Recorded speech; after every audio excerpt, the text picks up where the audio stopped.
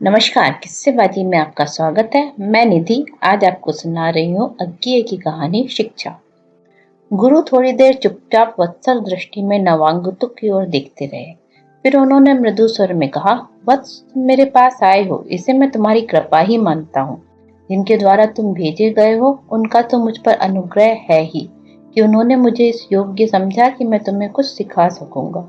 किंतु मैं जानता हूँ कि मैं इसका पात्र नहीं हूँ। मेरे पास सिखाने को है ही क्या। मैं तो किसी को कुछ भी सिखा नहीं सकता, क्योंकि स्वयं निरंतर सीखता ही रहता हूँ। वास्तव में कोई भी किसी को कुछ सिखाता नहीं है। जो सीखता है अपने ही भीतर के किसी उन्मेष से सीख जाता है। जिन्हें गुरुत्व का श्रेय मिलता है वे वास्तव में केवल इस उन्मेष के निमित्त होते हैं। और निमित्त होने के लिए गुरु की क्या आवश्यकता है। सृष्टि में कोई भी वस्तु उन्मेष का निमित्त बन सकती है। नवांगतुक ने सिर झुकाकर कहा, मैंने तो यहाँ आने से पहले ही मन आपको अपना गुरु धार लिया है। आगे आपका जैसा आदेश हो। गुरु फिर बोले, जैसी तुम्हारी इच्छा वत्स, यहीं रहो। स्थान की यहाँ कमी नहीं है। अध्ययन और चिंतन के लिए जैसी भी सुविधा की तुम्हें आवश्यकता हो, यहाँ हो ही जाएगी। और तो गुरु ने एक आंख उठाकर चारों ओर देखा, फिर हाथ से अनिश्चित सा संकेत किया। बोले, ये सभी है, देखो सुनो, चाहो तो सोचो, जितना सको आनंद ग्रहण करो। क्या देखा?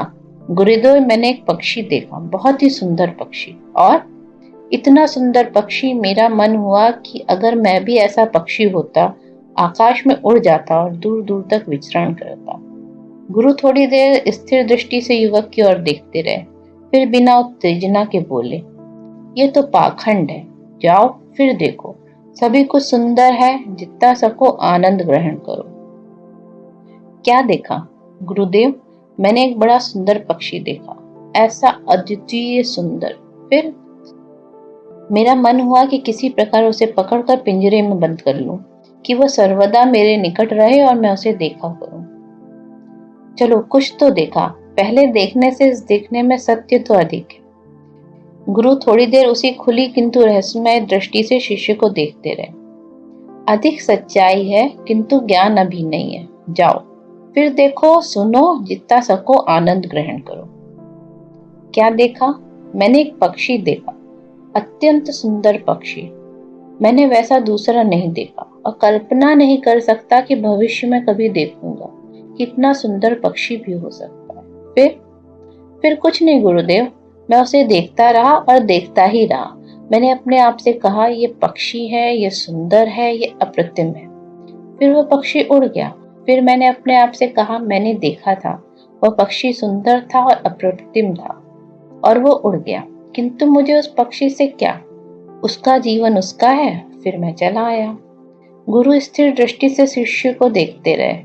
न उस दृष्टि के खुलेपन में कोई कमी हुई, न उसकी रहस्यमयता में।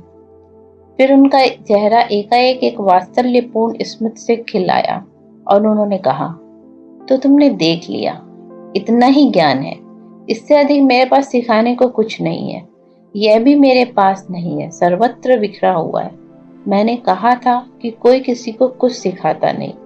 उन्मेष भीतर से होता है।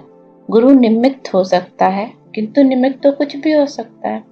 एक बार फिर उनका हाथ उसी अस्पष्ट संकेत में उठा और फिर घुटने पर टिक गया।